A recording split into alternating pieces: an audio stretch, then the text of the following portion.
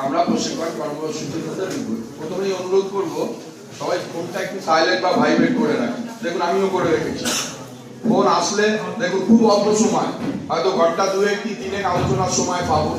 আমরা চাইছি যে ঘরে একটা সুন্দর পরিবেশ থাক, সুন্দর পরিবেশ, এই পরিবেশটা সুন্দর থাক। ফোন আসলে বাইরে একদম চলে যাবে, ঘরের মধ্যে কেউ ফোনে কথা বলবো না।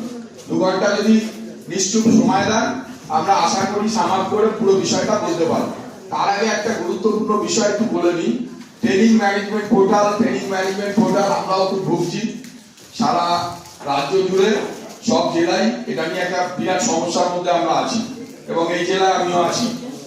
আচ্ছা, যাই হোক, ট্রেনিং ম্যানেজমেন্ট পোর্টাল নিয়ে আপনাদের একটু বলে নিয়ে আমরা প্রশিক্ষণ কার্যক্রমে ঢুকবো। দেখুন এমওপিআর একটা পোর্টাল করে দিয়েছে, অর্থাৎ এমওপিআর একটা অর্ডার আছে, জনপ্রতিনিধিদের বছরে অন্তত 3 দিন প্রশিক্ষণ দিতে হবে, ন্যূনতম।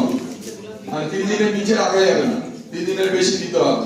তার সাথে এই ট্রেনিং গুলো পুরো অনলাইন করতে হবে। অনলাইনে দেখবেন আমাদের ডিস্ট্রিক্ট থেকেও আধিকারিকরা জয়েন করবে। জেলা প্রশাসনের যা বার্তা আছে আপনাদের দেবেন, বুঝতেই পারছেন।